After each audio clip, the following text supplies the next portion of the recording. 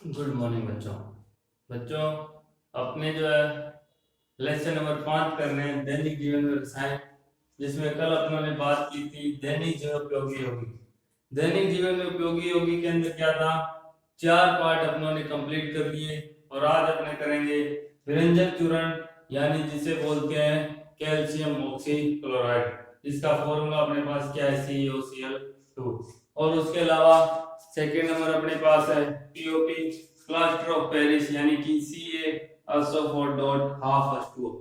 तो आज अपने जो है इन दो टॉपिक के ऊपर चर्चा करेंगे। ये दो टॉपिक जो आज अपने करने वाले हैं। तो बात शुरू कर रहे हैं विरंजक चूर्ण से। विरंजक चूर्ण क्या है? विरंजक चूर्ण जो है, जिसे अपने एक और भी नाम से बोलते हैं ब्लीचिंग पाउडर। विरंजक चूर्ण को जो है एक और नाम से बोला जाता है ब्लीचिंग पाउडर। ध्यान देना क्या चीज है, ब्लीचिंग पाउडर, विरंजक चूर्ण।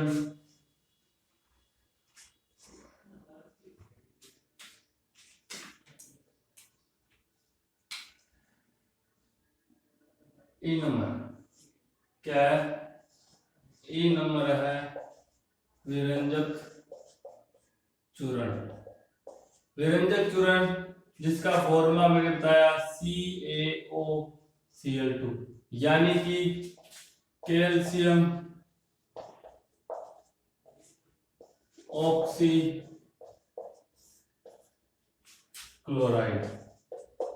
इसका रासायनिक नाम क्या हुआ? Calcium oxychloride. ठीक है, जिसे आम भाषा में या साधारण भाषा में एक और भी नाम से जानते हैं। विरंजक चूर्ण भी इसका साधारण नाम है और एक और दूसरा नाम है ब्लीचिंग। क्या है? Bleaching powder. ब्लीचिंग पाउडर के नाम से भी जाना जाता है। अब बात आती है निर्माण की। जैसे कल मैंने बोला भी था, अपने जो है इनके अंदर 3 चीजें पढ़ेंगे। पहली बात का इसका निर्माण कैसे हुआ, सेकेंड नंबर इसके गुण क्या है, और लास्ट थर्ड नंबर अपने पास आते हैं इसके उपयोग।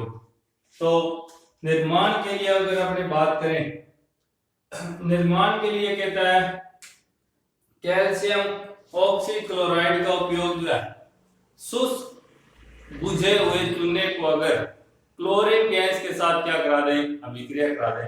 शुष्क बुझा हुआ चूना, शुष्क बुझा हुआ चूना होता है अपने पास CaOH की ट्वाइस, इसे बोलते हैं शुष्क बुझा हुआ चूना, जिसका रासायनिक नाम है कैल्शियम हाइड्रोक्साइड। कैल्शियम हाइड्रोक्साइड, ये चीज अपनों ने जो है क्षार के अंदर पढ़ी हुई थी। वहां CaOH की ट्वाइस जो क्षार आया था, जो कैसा था, दुर्बल क्षार था। बस वही है CaOH की ट्वाइस, जिसका रासायनिक नाम है कैल्शियम हाइड्रोक्साइड। यह कहता है अगर कैल्शियम हाइड्रोक्साइड को क्लोरीन गैस के साथ अभिक्रिया कर दे, Cl2 क्या होता है? क्लोरीन होता है। Cl2 क्या है? क्लोरीन गैस है। अगर क्लोरीन गैस के साथ अभिक्रिया करा दूं तो ये बन जाता है CaOCl2 प्लस H2 गैस। क्या बना लिया? अगर COH की ट्वाइस को क्लोरीन गैस के साथ अभिक्रिया करा दे, यहां से 2 हाइड्रोजन तो अलग निकल गए और एक ऑक्सीजन और क्लोरीन मिलकर क्या बना लेते हैं, CaOCl2 की 2, जिसे अपने क्या बोलते हैं, विरंजक चूर्ण कहते हैं। जिसे अपने क्या बोलते हैं, विरंजक चूर्ण। बात समझ में आई? कैल्शियम ऑक्सीक्लोराइड का निर्माण जो है शुष्क बुझा हुआ चूना, इसको यहाँ पे एक और भी नाम लिख देता हूं मैं, शुष्क बुझा हुआ चूना। हाँ, CaOH की ट्वाइस का जो साधारण नाम है शुष्क बुझा हुआ चूना। आपको यही बात लिखनी है, शुष्क बुझे हुए चूने की अगर क्लोरीन गैस के साथ अभिक्रिया करवा दी जाए तो अपने को क्या प्राप्त होता है, विरंजक चूर्ण प्राप्त होता है। ये बात थी। अब अपने इसके आगे पढ़ेंगे गुण। गुणों के अंदर क्या चीज है, इसके गुण जो है ना वो बड़े ही शानदार और एक नई चीज है। क्यों? क्योंकि वो जो है काफी ज्यादा आते हैं क्वेश्चन के अंदर। यानी अगर व्यंजक चूर्ण से क्वेश्चन देखें तो गुणों के अंदर से जो है काफी ज्यादा संभावना रहती है उठाने की। तो अब मैं इसके आगे जो इसके गुण बता रहा हूँ, गुण ध्यान से देखना क्या चीज है।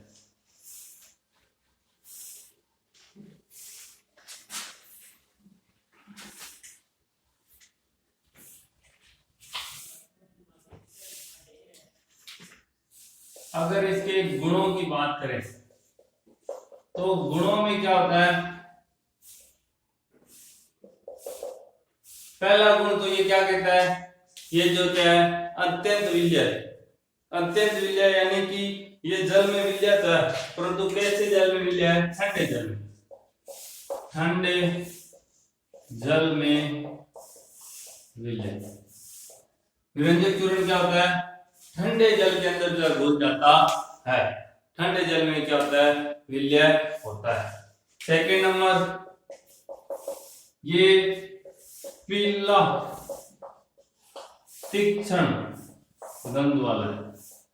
पीला तीक्ष्ण गंध देने वाला यानी कि वो जो एक स्मेल देता है वो कैसी होती है? बहुत ज्यादा तेज, तीक्ष्ण का अर्थ तेज, और पीला यानी कि उसका कलर होता है पीला। पीला तीक्ष्ण गंध वाला पदार्थ होता है। ठीक है। फिर 3 नंबर बात, 3 नंबर और 4 नंबर ये चीज जरूरी है। 3 नंबर ये क्या कहता है?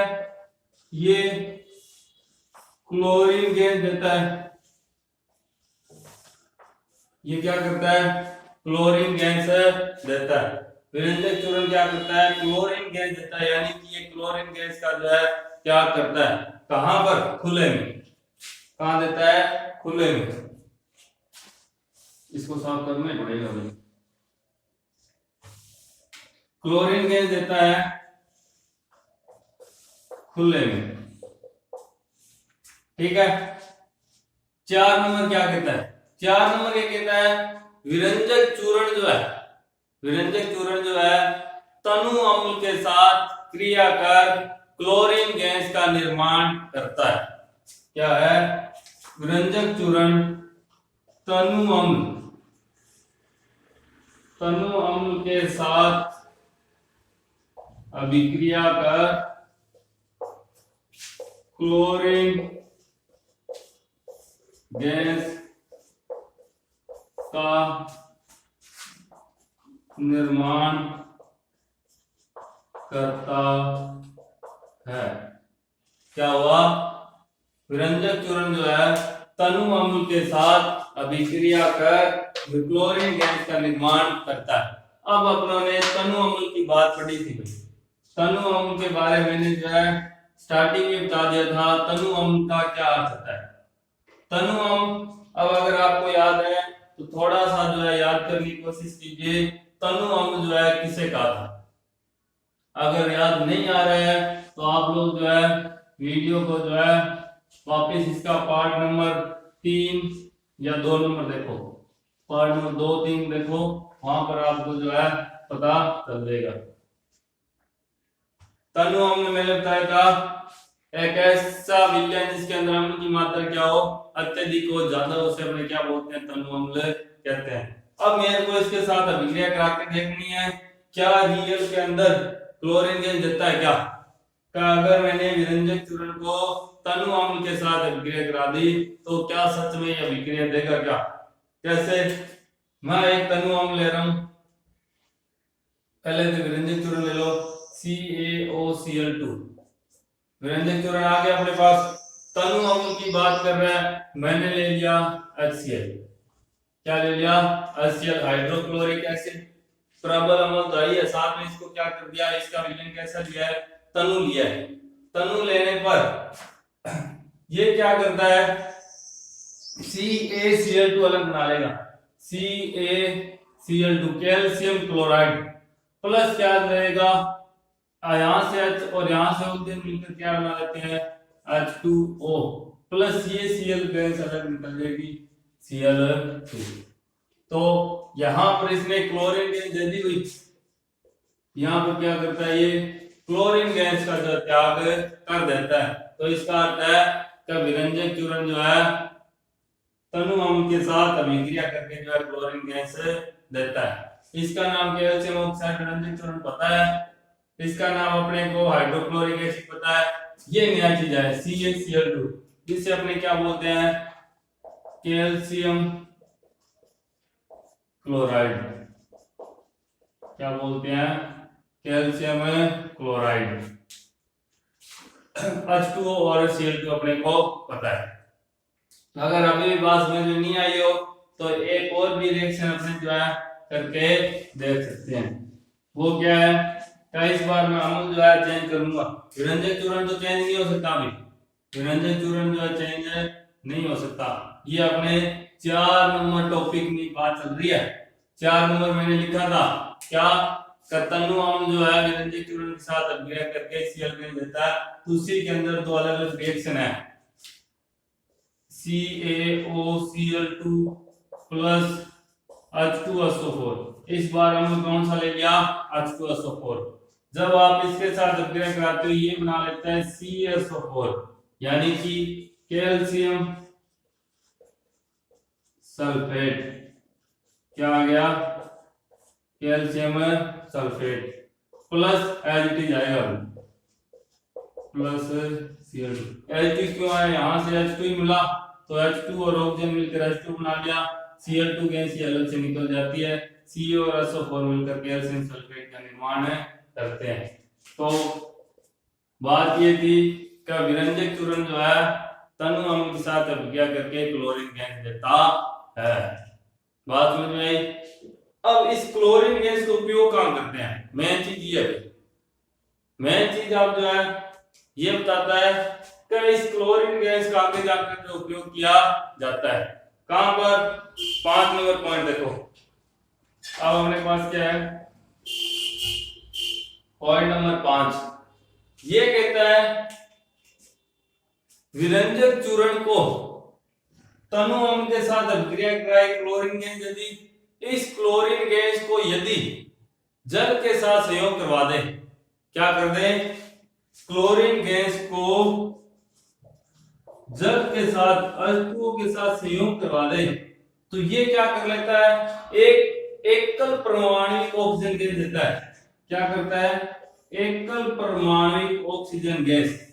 एकल परमाणुक ऑक्सीजन इतना ही बोलेंगे, गैस आगे नहीं बोलते।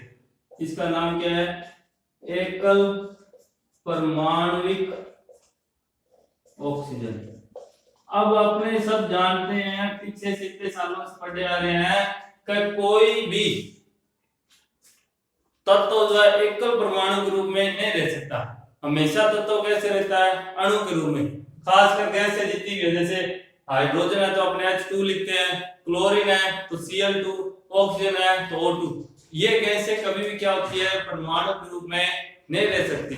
पर लेकिन अगर मैं क्लोरीन गैस को H2O के साथ रिएक्शन करा दूं ना, तो यहाँ पे देखो ऑक्सीजन का एक ही परमाणु आया है, इस बार यहाँ पे अणु नहीं है, O2 नहीं लिखा ना, सिंगल O लिखा है, यानी ये क्या है एकल परमाणु ऑक्सीजन है। प्लस यहाँ पे क्या बना लेता है H2 और Cl2 मिलकर क्या बना लेगा HCl। ये हाइड्रोक्लोरिक एसिड अपने जो है ध्यान में रखते हैं, अपने मुख्य उत्पाद क्या बनता है यहाँ एकल परमाणु ऑक्सीजन प्राप्त होती है। क्यों हुई, क्योंकि इसका हम आगे उपयोग करने वाला। इस एकल परमाणु ऑक्सीजन का उपयोग कहां करते हैं, एकल परमाणु ऑक्सीजन का उपयोग करते हैं रंगीन पदार्थों को रंगहीन बनाने के लिए। रंगीन पदार्थों को रंगहीन बनाने के लिए जो है इसी एकल परमाणु ऑक्सीजन का उपयोग किया जाता है। रंगीन पदार्थ जैसे मान लो एक पिंक कलर का कपड़ा है, गुलाबी रंग का कोई कपड़ा है, अब अगर आपको उसको क्या करना है रंगहीन बनाना है, रंगीन यानी क्या उसका गुलाबी कलर अपने क्या करना है गायब करना है, तो वो कैसा प्राप्त हो, क्या करना पड़ेगा अपने को, उसको जो है रंगीन पदार्थ को क्या करते हैं इस एकल परमाणु ऑक्सीजन के साथ अभिक्रिया करा दें, तो यहां बन जाता है रंगहीन पदार्थ क्या प्राप्त हो गया? रंगहीन पदार्थ, यानी कि उसका गुलाबी कलर क्या आ जाता है? गायब हो जाता है, और वो कैसा हो जाएगा? श्वेत प्राप्त हो जाता है। श्वेत पदार्थ कलर को अपने रंगहीन बोलते हैं। तो ये था सबसे ज्यादा इंपॉर्टेंट चीज। विरंजक चूर्ण के गुणों के अंदर सबसे ज्यादा यही बात सीधीता ही पूछता है, किसी रंगीन पदार्थ को रंगहीन बनाने के लिए जो है क्या करना पड़ेगा या क्या कर सकते हैं? क्या करते हैं? बात वहीं से चली थी, विरंजक चूर्ण कैसे बना, उसको जो है अम्ल के साथ रिएक्ट कराई, क्लोरीन गैस आई, क्लोरीन गैस को H2O के साथ रिएक्ट करवाया, एकल परमाणु ऑक्सीजन प्राप्त हुआ, इसी एकल परमाणु ऑक्सीजन को रंगीन पदार्थ के साथ क्रिया करवाई तो अपने को पदार्थ कैसा प्राप्त हो गया? रंगहीन। तो ये बात थी इसके गुणों की भाई। अब मैं एक चीज और अगर देखें, का स्टार्टिंग में फर्स्ट बार जब अपनों ने CaOCl2 विरंजक चूर्ण का निर्माण किया था, तो मैंने यहाँ पे क्या किया था? CaOH की ट्वाइस शुष्क बुझा हुआ चूना लिया था, प्लस क्या लिया था? Chlorine gas. क्या लाई थी? Chlorine gas. अब ये क्लोरीन गैस कहां से स्टार्टिंग? भाई स्टार्टिंग के अंदर जो है क्लोरीन गैस कहां से प्राप्त होती है? तो भाई ये क्लोरीन गैस अपने को प्राप्त हुई थी जो कल अपनों ने NaCl के निर्माण में निकाली थी। कल अपनों ने NaCl का निर्माण किया था, NaCl का निर्माण किया था, तो उसके अंदर अपने को जो है क्लोरीन गैस जो प्राप्त हुई थी। उसी क्लोरीन गैस से जो है इस Cl2 का उपयोग किया जाता है। तो ये थी बात। अब बात करते हैं इसके उपयोग की। अब बात, हाँ ये गुण जो है 5 कंप्लीट हो गए। अब अपनी बात कर रहे हैं इसके गुणों की, गुणों की नहीं सॉरी उपयोग की। गुण कंप्लीट हो गए, उपयोग है। उपयोग मैंने साथ साथ बताई दिए। विरंजक चूर्ण का उपयोग कहां करते हैं? जल के शुद्धिकरण में। अगर जल को क्या करना है? शुद्ध करना है, तो अपने इसके उपयोग करते हैं। मैं जो है 2-4 उपयोग यहाँ लिख देता हूं।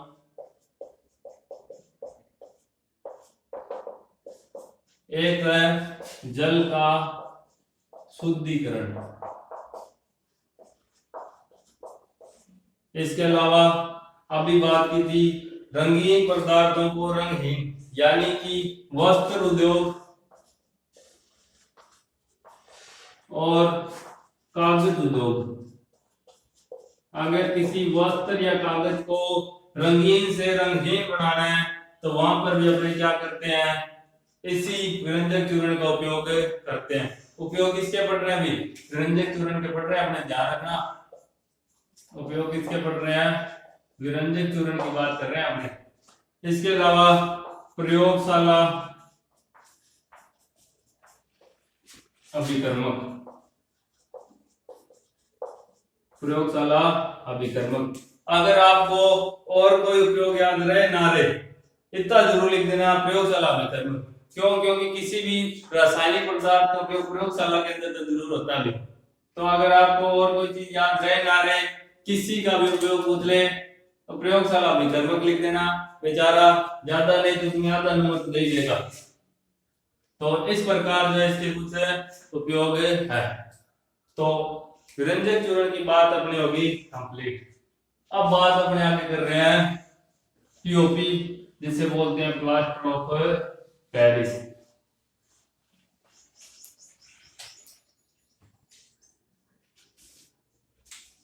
किताब EF नंबर आएगा ना, क्या है? पीओपी। पीओपी अगर आपने देखेंगे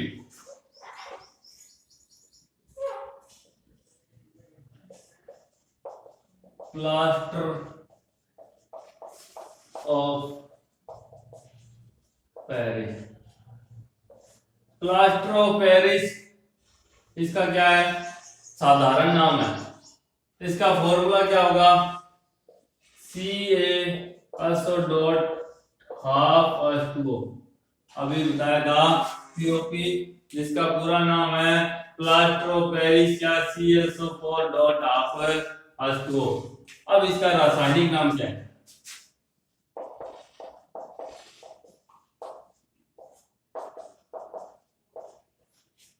रासायनिक नाम हो जाएगा कैल्शियम सल्फेट, CSO4 तो कैल्शियम सल्फेट आ गया। अब यहाँ H2O जल जुड़ा है, कितना है? आधा अणु है, आधा अणु तो इसे बोलते हैं अर्ध हाइड्रेट, अर्ध हाइड्रेट। तो क्या नाम हुआ? कैल्शियम सल्फेट अर्ध हाइड्रेट। अब बात आती है कैल्शियम सल्फेट अर्ध हाइड्रेट का निर्माण कैसे होता है। तो इसका निर्माण करने के लिए क्या करूंगा मैं? जिप्सम को जल के साथ अभिक्रिया करानी है 393 केल्विन ताप पर लेकिन इससे पहले इसकी कुछ जानकारी है। जानकारी क्या है कि अगर आपने इसका नाम देखो तो इसके नाम के पीछे क्या आ रहा है? पेरिस। यहां से एक चीज अगर आपको समझ में आ रही है, ध्यान में तो क्या है? पेरिस क्या चीज है? पेरिस अपने को पता है क्या चीज है? फ्रांस की राजधानी। फ्रांस की राजधानी क्या है? पेरिस। तो ये कहते हैं पेरिस का निर्माण सर्वप्रथम कहां हुआ था, या पीओपी का निर्माण सर्वप्रथम कहां हुआ था? फ्रांस की राजधानी पेरिस में हुआ था। क्या था? पीओपी का निर्माण, पीओपी का निर्माण जो है सर्वप्रथम फ्रांस की राजधानी पेरिस में हुआ। सर्वप्रथम बात समझ में आई? पीओपी प्लास्टर ऑफ पेरिस या कैल्शियम सल्फेट अर्ध हाइड्रेट का निर्माण जो है सर्वप्रथम फ्रांस की राजधानी पेरिस के अंदर हुआ था। और उसका निर्माण करने की विधि क्या है? जिप्सम को अगर 393 डिग्री तापमान पर गर्म कर दे। जिप्सम क्या होता है? जिप्सम होता है CaSO.2H2, इसे बोलते हैं जिप्सम। क्या बोलते हैं? जिप्सम। CaSO4.2H2O को अगर मैं क्या कर दूं 393 डिग्री टेम्परेचर पर, क्या कर दिया 393 डिग्री केल्विन ताप पर अगर गर्म कर दें तो ये क्या करता है? अपने डेढ़ अणु जल के त्याग देता है। क्या करता है? डेढ़ अणु जो जल के त्याग देता है और क्या बना लेगा? अब ध्यान देना, मैंने क्या बोला? डेढ़ अणु। डेढ़ अणु का अर्थ है एक पूरा अगर आधा अणु, बाकी क्या रह जाएगा? आधा बचेगा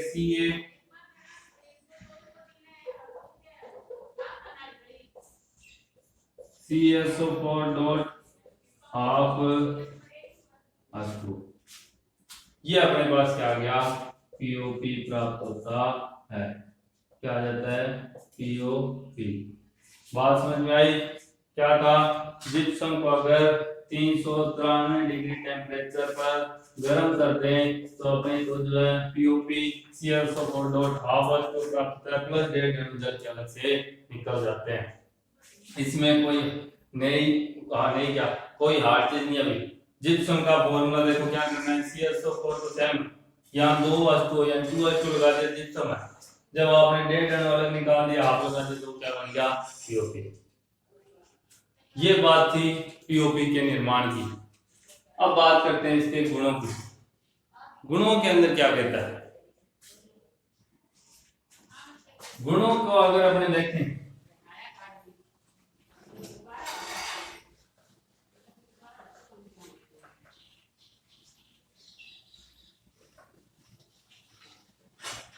गुणों को अगर अपने देखें तो गुणों के अंदर क्या बात आती है? गुणों के अंदर ये कहता है, ये क्या है? श्वेत ठोस चिकना पदार्थ है। ये क्या लिखा गया? चिकना लिखा गया। क्या है, स्वेग ठोस चिकना पदार्थ है। आगे बात सुनिए।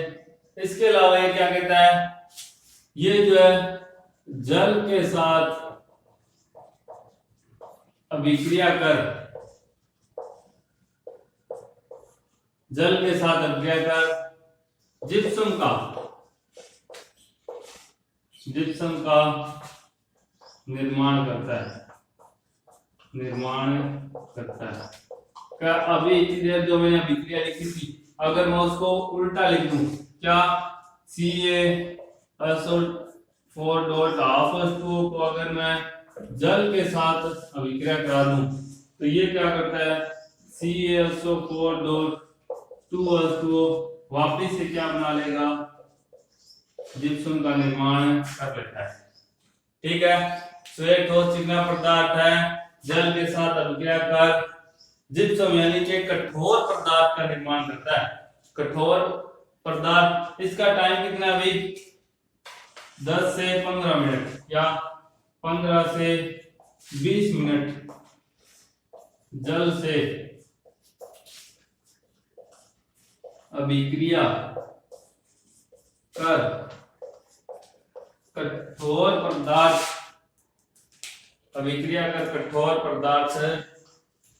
बनाता है। बात समझ में आई? कैल्शियम सल्फेट कार्बोहाइड्रेट क्या करता है, 15 से 20 मिनट तक अगर जल के साथ छोड़ दें तो ये क्या कर लेता है, कठोर पदार्थ का निर्माण करता है। इसके अलावा एक और अभी 5 कितने हो गए, 1 2 3 4 नंबर देखना। ये कहता है यदि पीओपी को मैं और ज्यादा गर्म करूं, क्या करूं, पीओपी को और ज्यादा गर्म करता हूं तो ये क्या करता है, अपने जल के अणु त्याग देगा। क्या करता है, जल के अणु जो है त्याग देता है। अगर जल के अणु त्याग दे तो इसे बोलते हैं मृत तापीय प्लास्टर। मृत तापीय प्लास्टर बोलते हैं। का जो अपने पास प्लास्टर था वो एक प्रकार से क्या हो गया, मर गया है। किसके कारण, ताप के कारण। का यदि पीओपी को अगर अपने और ज्यादा गर्म करते हैं तो मृत तापीय प्लास्टर का जो निर्माण करता है। ये थी बात इसके गुणों की। अब चलते हैं अपने आगे उपयोग में। अब अगर उपयोग को अगर देखें तो पीओपी के नाम से आपको पता चल रहा होगा, पीओपी के नाम से पता चल रहा है कि अपने पीओपी का उपयोग कहाँ करते हैं, याद आ रहा है, क्या करते हैं, सबसे पहले अपने इसके उपयोग करते हैं घरों में पीओपी करने के लिए। आजकल घरों के अंदर जो है पीओपी की जाती है, तो घरों में पीओपी करने के लिए, घरों के अंदर जो है पीओपी करने के लिए जो है, सही नहीं दिखा गया, दोबारा देखना।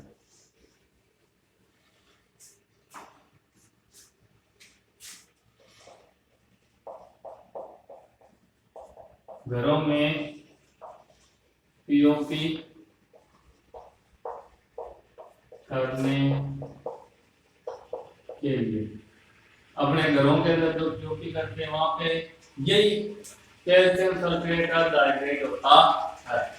ठीक है, इसके अलावा जो ये मूर्तियां आती है ना बड़ी बड़ी रेडीमेड, जैसे आपने कई बार देखा होगा सड़कों के किनारे कई लोग जो ऐसी मूर्तियां वगैरह बनाए रखते हैं, वो मूर्तियां भी किसकी बनी होती है, इसी पीओपी की बनी होती है। तो मैं यहाँ क्या लिख रहा हूँ, मूर्तियां बनाने में। हाँ, जो सड़क के किनारे जो मूर्तियां सी रखते हैं ना बेचने के लिए, वो मूर्तियां भी इसी पीओपी की बनी होती है। अब वो कठोर क्यों हो जाती है, क्योंकि इस पीओपी क्या करते हैं, वो जल के साथ 10-15 मिनट जो है मिलाकर छोड़ देते हैं, अभिक्रिया करवा देते हैं, जिससे वो एक कठोर पदार्थ बना रहता है। इसके अलावा दंत चिकित्सा आपको पता है, जब हमारे दांतों के अंदर कोई खड्डा वगैरह हो गया, कुछ हो गया, तो दांत डॉक्टर क्या करता है, जैसे अपने बोलते हैं दांत भरना है, भरने का अर्थ क्या होता है, उसके अंदर क्या भर देता है, पीओपी ही भर देता है। और ये एक बार जल के साथ अभिक्रिया करके कठोर बन गया ना, उसके बाद में कामकाज नहीं रहता, यानी वो वैसे कठोर रहेगा। तो इसीलिए दांतों के अंदर क्या भरी जाती है, पीओपी भरी जाती है। इसके अलावा जो अपने हड्डियां वगैरह टूट जाए, जैसे मान लो किसी व्यक्ति की जो है किसी भी कारणवश हड्डी टूट गई, डॉक्टर क्या करता है, हड्डी को जोड़कर यहाँ जो एक पट्टा बांधेगा। अब वो पट्टा अगर किसी ने देखा है तो उस पट्टे को पहले क्या करता है, एक विलियन के अंदर से निकालते हैं। वो विलियन किसका होता है, पीओपी का होता है। या पट्टा बांधने में वो ज्यादा वाइट हो जाता है, कठोर हो जाता है, उसका कारण ये